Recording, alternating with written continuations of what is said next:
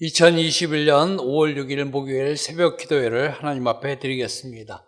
오늘 우리에게 주신 하나님 말씀은 요한복음 12장 1절로 50절 말씀입니다. 하나님의 말씀을 봉독하겠습니다. 6월절 엿새 전에 예수께서 베다니에 이르시니 이곳은 예수께서 죽은 자 가운데서 살리신 나사로가 있는 곳이라.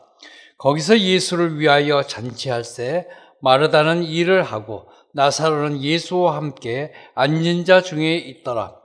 마리아는 지극히 비싼 향유 곧 순전한 나드 한 근을 가져다가 예수의 발에 붓고 자기 머리털로 그의 발을 닦으니 향유 냄새가 집에 가득하더라. 제자 중 하나로서 예수를 잡아줄 가롯 유다가 말하되 이 향유를 어찌하여 300데나리온에 팔아 가난한 자들에게 주지 아니하였느냐 하니, 이렇게 말하면 가난한 자들을 생각함이 아니요 그는 도둑이라. 돈깨를 맞고 거기 넣는 것을 훔쳐감이러라. 예수께서 이르시되 그를 가만히 두어 나의 장례할 날을 위하여 그것을 간직하게 하라. 가난한 자들은 항상 너희와 함께 있거니와 나는 항상 있지 아니하리라 하시니라. 유대인의 큰 무리가 예수께서 여기 계신 줄을 알고 오니 이는 예수만 보기 위함이 아니요 죽은 자 가운데서 살리신 나사로도 보려 함이로라. 대제사장들이 나사로까지 죽이려 하고 모의하니 나사로 때문에 많은 유대인이 가서 예수를 믿음이로라. 그 이튿날에는 명절에 온 큰 무리가 예수께서 예루살렘으로 오신다는 것을 듣고 종려나무 가지를 가지고 맞으러 나가 외치되 호산나 찬송하리로다. 주의 이름으로 오시는 이 곧 이스라엘 왕이시여 하더라. 예수는 한 어린 나귀를 타고 보고 타시니 이는 기록된 바 시온에 따라 두려워하지 말라. 보라 너희 왕이 나귀 새끼를 타고 오신다 함과 같더라. 제자들은 처음에 이 일을 깨닫지 못하였다가 예수께서 영광을 얻으신 후에야 이것이 예수께 대하여 기록된 것인과 사람들이 예수께 이같이 한 것임을 생각났더라. 나사로를 무덤에서 불러내어 죽은 자 가운데서 살리실 때에 함께 있던 무리가 증언한지라. 이에 무리가 예수를 맞으면 이 표적을 행하심을 들었음이러라. 바리새인들이 서로 말하되 볼지어다 너희 하는 일이 쓸데없다. 보라 온 세상이 그를 따르는도다 하니라. 명절에 예배하러 올라온 사람 중에 헬라인 몇이 있는데 그들이 갈릴리 벳세다 사람 빌립에게 가서 청하여 이르되 선생님이여 우리가 예수를 뵙고자 하나이다 하니 빌립이 안드레에게 가서 말하고 안드레와 빌립이 예수께 가서 여쭈니 예수께서 대답하여 이르시되 인자가 영광을 얻을 때가 왔도다. 내가 진실로 진실로 너희에게 이르노니 하늘의 밀이 땅에 떨어져 죽지 아니하면 하늘 그대로 있고 죽으면 많은 열매를 맺느니라. 자기의 생명을 사랑하는 자는 잃어버릴 것이요 이 세상에서 자기의 생명을 미워하는 자는 영생하도록 보전하리라. 사람이 나를 섬기려면 나를 따르라. 나 있는 곳에 나를 섬기는 자도 거기 있으리니 사람이 나를 섬기면 내 아버지께서 그를 귀히 여기시리라. 지금 내 마음이 괴로우니 무슨 말을 하리요. 아버지여 나를 구원하여 이 때를 면하게 하여 주옵소서. 그러나 내가 이를 위하여 이 때에 왔나이다. 아버지여 아버지의 이름을 영광스럽게 하옵소서 하시니 이에 하늘에서 소리가 나서 이르되 내가 이미 영광스럽게 하였고 또 다시 영광스럽게 하리라 하시니 곁에 서서 들은 무리는 천둥이 울렸다고도 하며 또 어떤 이들은 천사가 그에게 말하였다고도 하니 예수께서 대답하여 이르시되 이 소리가 난 것은 나를 위한 것이 아니요 너희를 위한 것이니라. 이제 이 세상에 대하여 심판이 이르렀나니 이 세상의 임금이 쫓겨나리라. 내가 땅에서 들리면 모든 사람을 내게로 이끌겠노라 하시니 이렇게 말씀하시면 자기가 어떠한 죽음으로 죽을 것임을 보이심이로라. 이에 무리가 대답하되 우리는 율법에서 그리스도가 영원히 계신다 함을 들었거니와 들었거늘 너는 어찌하여 인자가 들려야 하리라 하느냐. 이 인자는 누구냐? 예수께서 이르시되 아직 잠시 동안 빛이 너희 중에 있으니 빛이 있을 동안에 다녀 어둠에 붙잡히지 않게 하라. 어둠에 다니는 자는 그 가는 것을 알지 못하느니라. 너희에게 아직 빛이 있을 동안에 빛을 믿으라. 그리하면 빛의 아들이 되리라. 예수께서 이 말씀을 하시고 그들을 떠나가서 숨으시니라.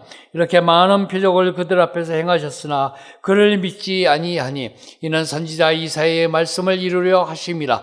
이르되 주여 우리에게서 들은 바를 누가 믿었으며 주의 팔이 누구에게 나타났나이까 하였더라. 그들이 능히 믿지 못한 것은 이 때문이니 곧 이사야가 다시 일렀으되 그들의 눈을 멀게 하시고 그들의 마음을 완고하게 하셨으니 이는 그들로 하여금 눈으로 보고 마음으로 깨닫고 돌이켜 내게 고침을 받지 못하게 하려 함이라 하셨습니다라. 이사야가 이렇게 말한 것은 주의 영광을 보고 주를 가리켜 말한 것이라. 그러나 관리 중에도 그를 믿는 자가 많되 바리새인들 때문에 드러나게 말하지 못하니 이는 출교를 당할까 두려워함이라. 그들은 사람의 영광을 하나님의 영광보다 더 사랑하였더라. 예수께서 외쳐 이르시되 나를 믿는 자는 나를 믿는 것이 아니요 나를 보내신 이를 믿는 것이며 나를 보낸 나를 보는 자는 나를 보내신 이를 보는 것이니라. 나는 빛으로 세상에 왔나니 물론 나를 믿는 자는 어둠에 거하지 않게 하려 함이로라.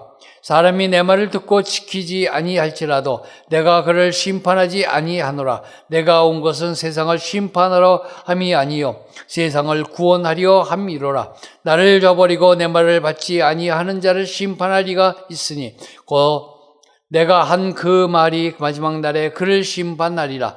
내가 내 자의로 말한 것이 아니요 나를 보내신 아버지께서 내가 말할 것과 이런 것을 친히 명령하여 주셨으니 나는 그의 명령이 영생인 줄을 아노라. 그러므로 내가 이루는 것을 내 아버지께서 내게 말씀하신 그대로니라 하시니라. 아멘.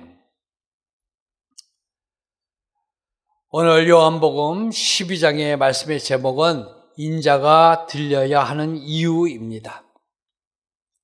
예수님께서 마지막으로 예루살렘을 방문을 하셨습니다. 그때 무리가 예수님께 질문을 합니다. 그 질문의 내용이 34절의 말씀입니다.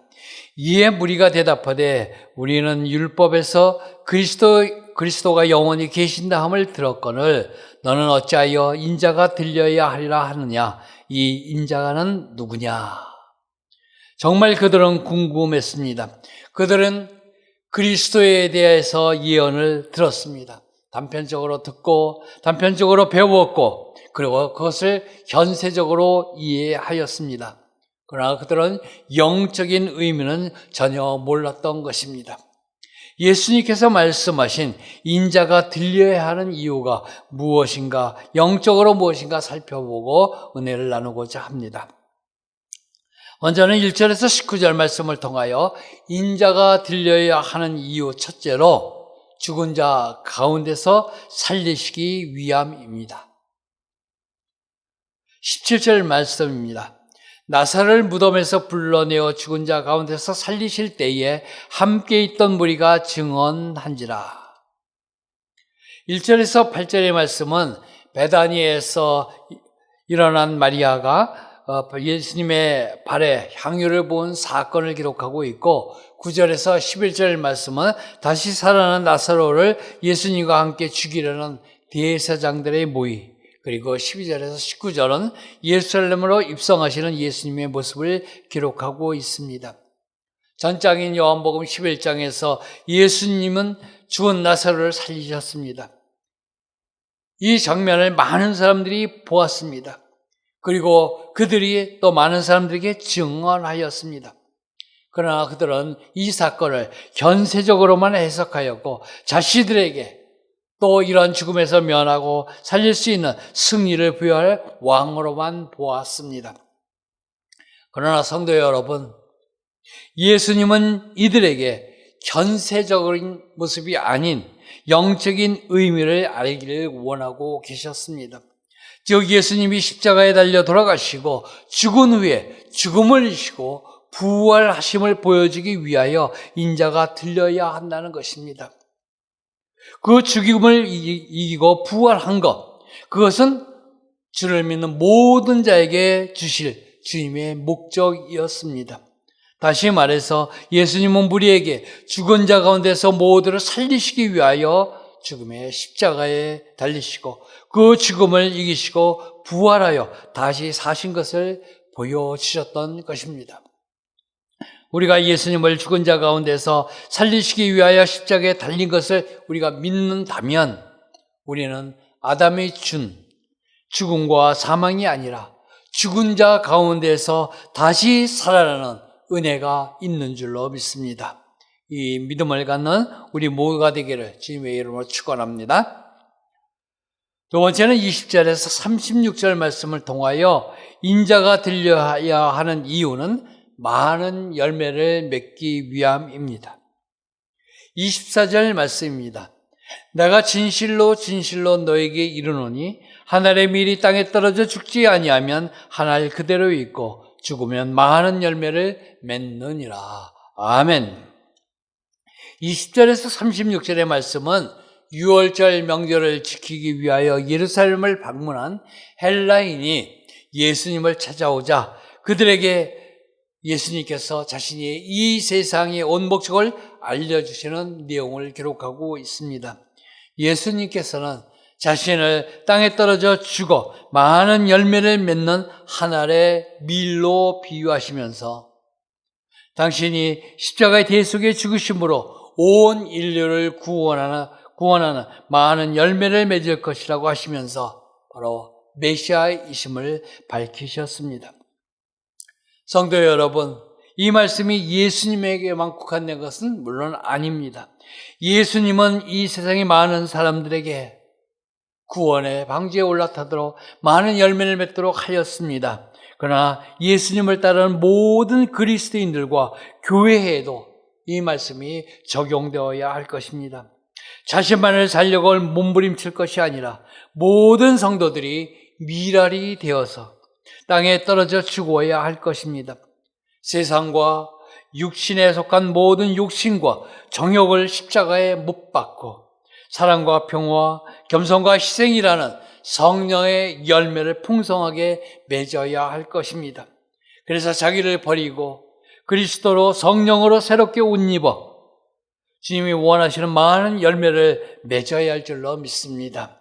주님께서 이 땅에 오신 목적, 많은 사람을 구원하는 많은 열매를 맺기 위함이었다면 우리도 그를 본받아 많은 열매를 맺는 성도가 되시기를 주님의 이름으로 축원합니다.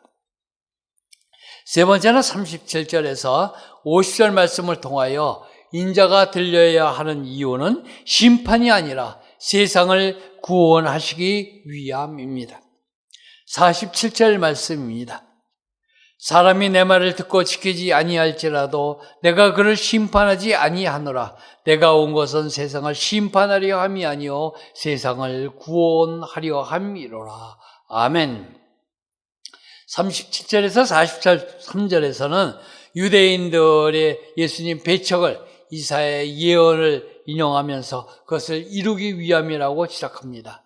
그리고 44절에서 50절에서는 예수님의 마지막 대중 설교를 기록하고 있습니다. 당시 관원 중에는 예수님을 믿는 사람들이 많았던 것 같습니다. 43절에 보면 그것을 표현하죠. 그들은 사람의 영광을 하나님의 영광보다 더 사랑하였더라. 그들은 자기의 신앙을 당당하게 밝히기보다 세상적인 불이익을 더 염려했습니다. 그런데도 그들은 예수님을 믿었습니다. 그런 자에게 예수님이 말씀하셨습니다. 내가 그를 심판하지 아니하노라. 주님의 목적은 심판이 아니라 구원이셨기 때문입니다.